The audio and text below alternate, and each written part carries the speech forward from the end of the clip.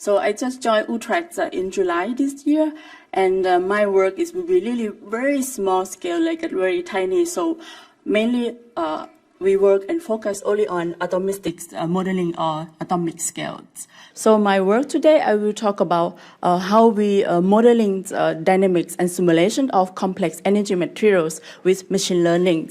So our group, we develop our open and free software package, the Atomic Energy Network. And our code can also develop machine learning model, can describe complex energy materials. And once we publish publications, we also share our database and machine learning model with the scientific communities. So as I mentioned that we are interested, and also we really would like to help and work together to really prevent or stop the climate change. This is the motivation of our research. As you know that this is, I picked just one report from the climate tracker. So you can see from 1990 until 2100, you can see that if we follow the current policies, our world, we have the temperature increasing around 3 degrees Celsius, right? So we really need to work together because of the world we're missing the criteria of CO2 emission goals. We need a better energies, for example, conversions or energy storage and CO2 capture technologies, right? I am a computational material scientist, so how can I help and also contribute to this to stop the climate change? So our work, we focus on, as I mentioned earlier before, that I'm a materials scientist. We are interested in only looking at atomic scales. So many different accuracies and also methods that we are using. First of all, this is the x-axis, this is the size and also time scale of the simulations. And also this is the accuracies. If you're really looking at the first principles calculations, for example, density functional theory or DFT, it can describe the accuracies of atomic scale at the electronic structural properties, for example, but only can describe the system around few hundred atoms. But in realistics, in material properties, right, sometimes it's also important that we also include, for example, like a condition like temperatures and pressure, that we develop machine learning models or machine learning potentials that can be then used in, for example, Monte Carlo simulations or molecular dynamic simulations, and also complex interface or nanostructures. But sometimes the phenomena or material properties can also contain like a million of atoms. We also develop such a model, for example, that include also finite temperature Monte Carlo simulation with lattice models. But the talk for today as an example, so we only focus on this length and time scales. Let's show example, sorry. How complex of the energies materials. Like I show you here in the cartoon, right, you can see this is example of an electrochemical interface. We need to find models that can describe, for example, bond breaking or bond forming. Sometimes the system that can include, for example, like a gas phase, liquid solids, and also interface, and also non-ideal structures which contain a lot of defects, and sometimes solvent effect, right? But not many different accurate methods that can describe for such a realistic scale like this.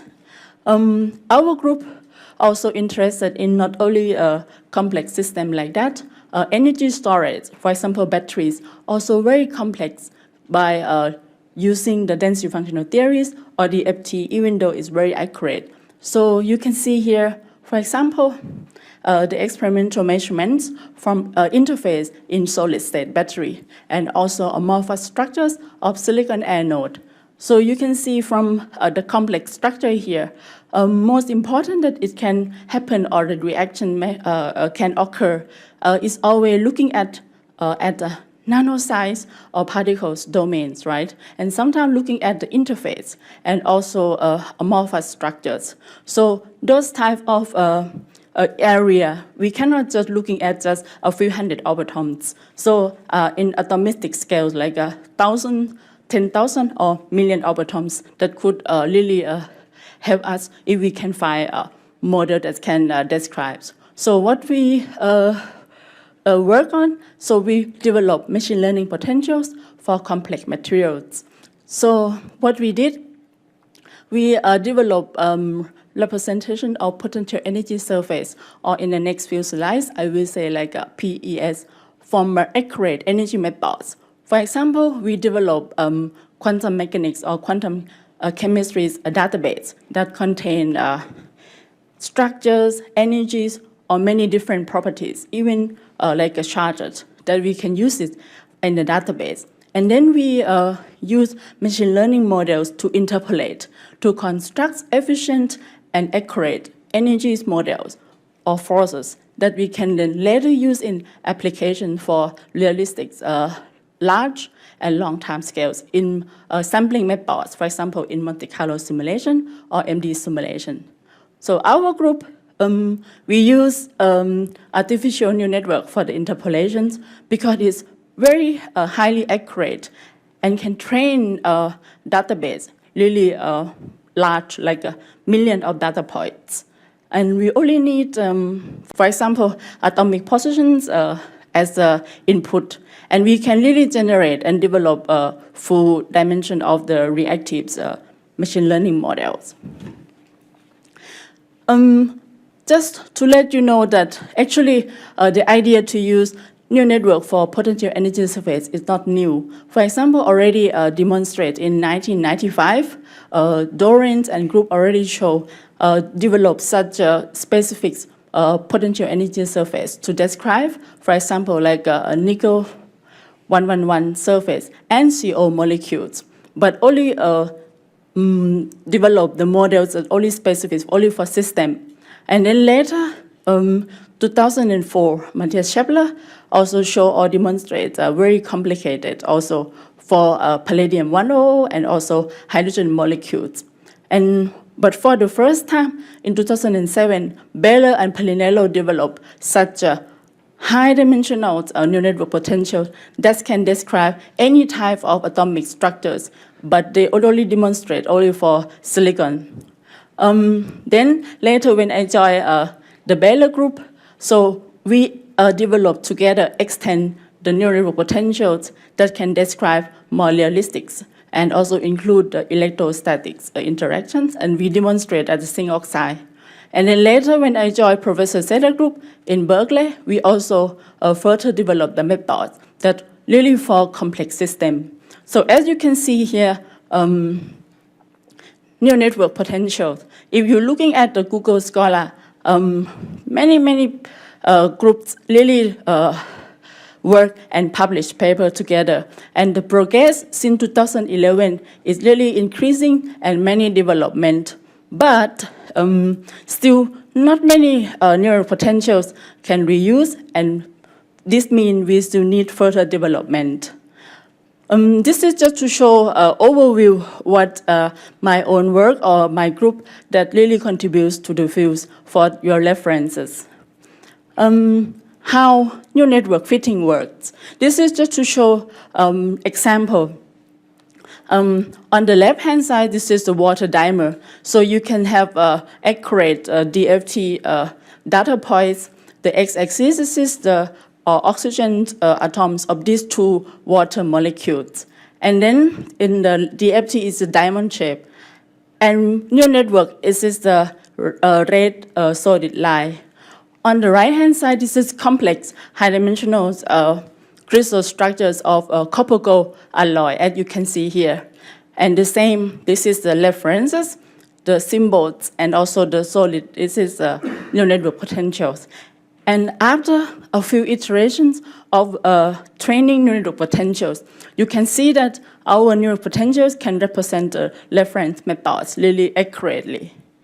We also develop the input or the descriptor, right? Because it is very important that you make it to describe like a general for any kind of atomic systems. So in this work, we believe that machine learning, we only use neural potentials. But how can we really describe the descriptor in the more general that can describe really complex system? So the idea is that, like you can see, this is the energy models. This is the sum of atomic energy of each atom.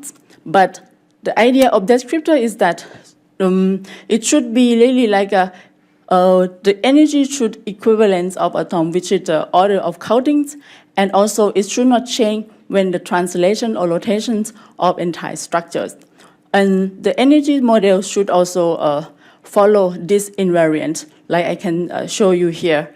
And this is the methods that we develop if you are interested in more details. Not only this, each neural network has also to have a specific number of input nodes, and also the atomic environments must have a constant dimension. This is all of the wish list that we would like to have good and also really a nice descriptor that can describe any type of atomic structures, even in solids, gas phase, or liquid. This is just the list that we would like to have. But to be quick, this is just to show some example of our descriptor to describe the local atomic environment. So we combine two types of like a description that have a radial distribution functions and also angular distribution functions that are invariants. And then we apply the Chebyshev expansion to describe. So this is the, on top, this is show the symbol that we have like a beside. This is the information of the order of the Chebyshev expansion. If you would like to describe many more order, it also make it more accurate. And this is just to show how to describe atomic structures. But when you have many more chemical species, so we also include another type of parameters. This is called weight. That to classify and to show different type of chemical species by integrate in the order that we have. So for example, we have one type of chemical species, so W can be 0. If you have two types of chemical species, you can have -1 and +1. If you have many more, this is just the number of the weight to integrate in to describe many different chemical species. Maybe the cartoon is so complicated, I also draw it down as equations, but I don't want to discuss here today. Maybe it's too complicated. But just to show you as a benchmark here, we have tested our descriptor for many different type of chemicals species. For example, on the left-hand side, this is the batteries materials. So it contains many different type of chemical species until 11 chemical species.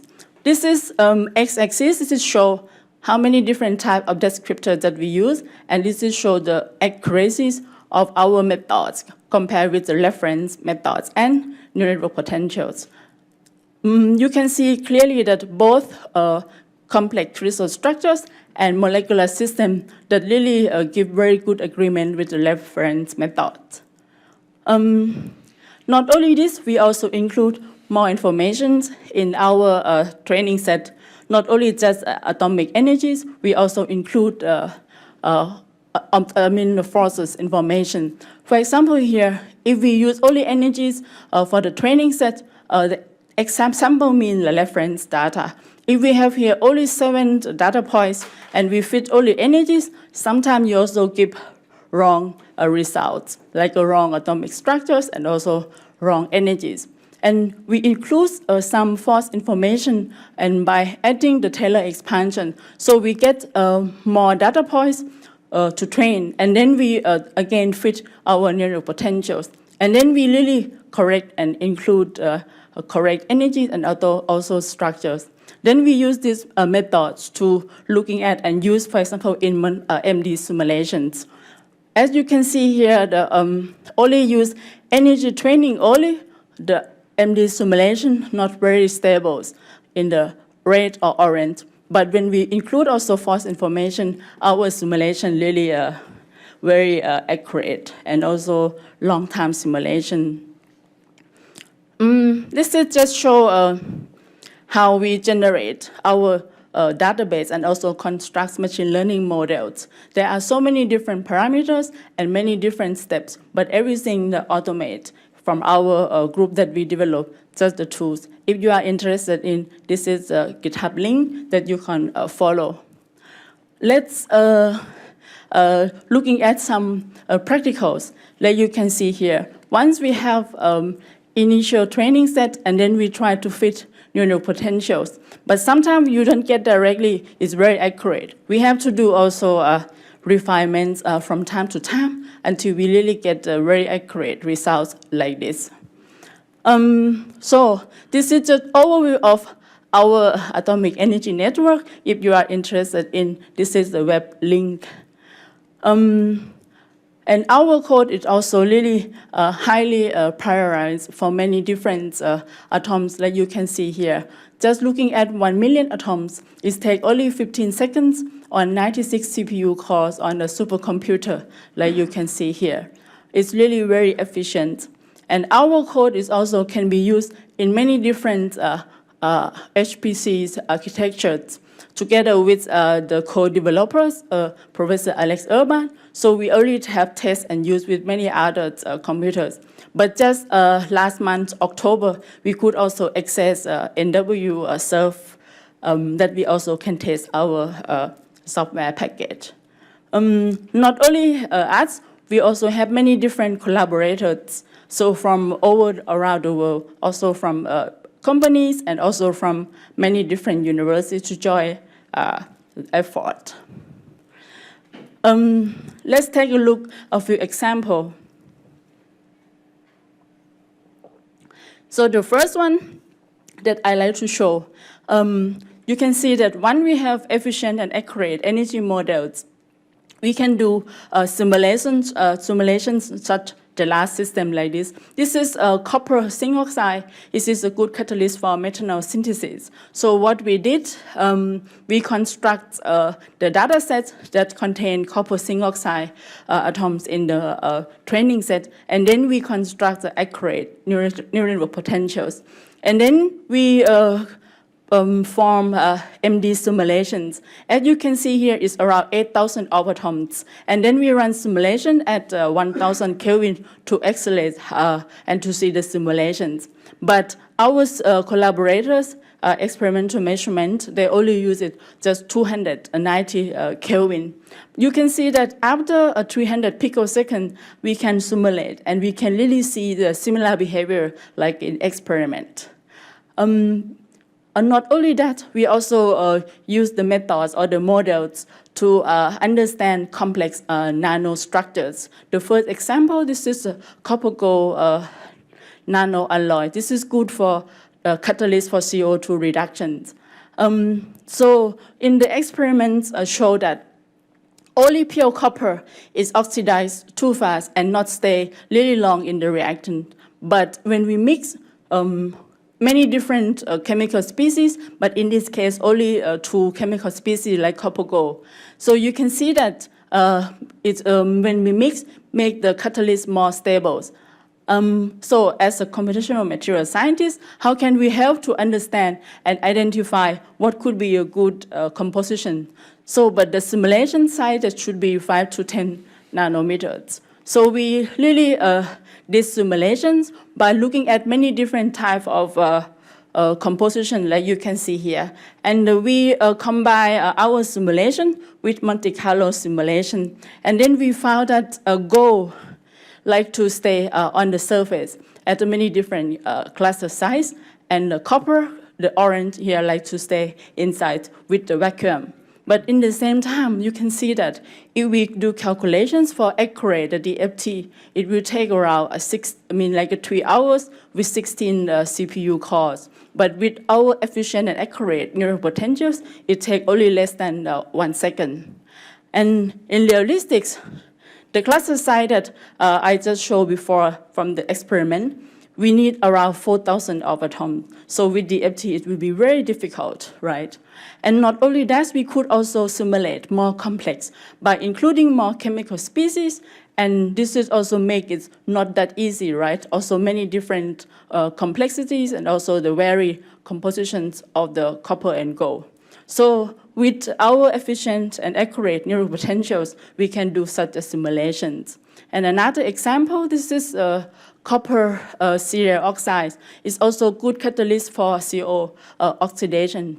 I don't want to talk about science, but just want to demonstrate that using our machine learning model, we can really do complex simulations and really can help to find our collaborators, experimental collaborators, find the active sites, like you can see here.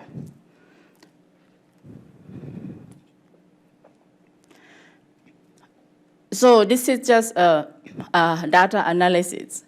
And just a final also for amorphous silicon anodes, just to show that there are so many different phases that also can occur during the battery cyclings, right? So the lithium contents also move and change different compositions when we are using. That's why as atomic simulation, it will take a lot of CPU time if we only do the FT calculations. But we use neural potentials together with genetic algorithms and try to get really accurate energy and structures, and this is what we can see.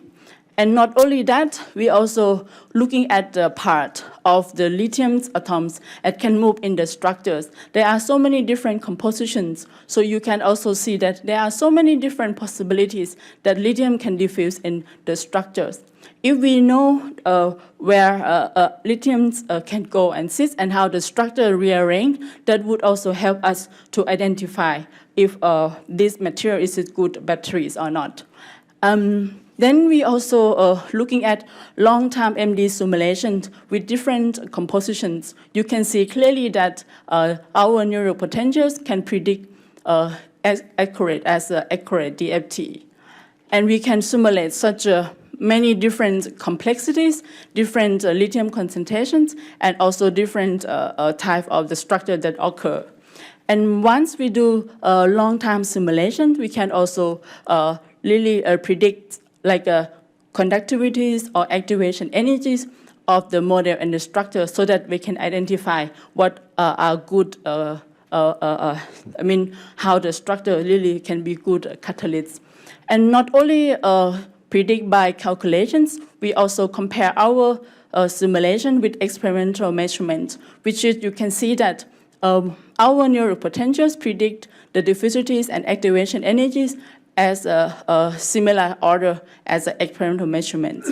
Even experimental measurement, also there are so many different methods and also many different conditions. So this is also help not only just looking at the properties, also help to identify the atomic structures.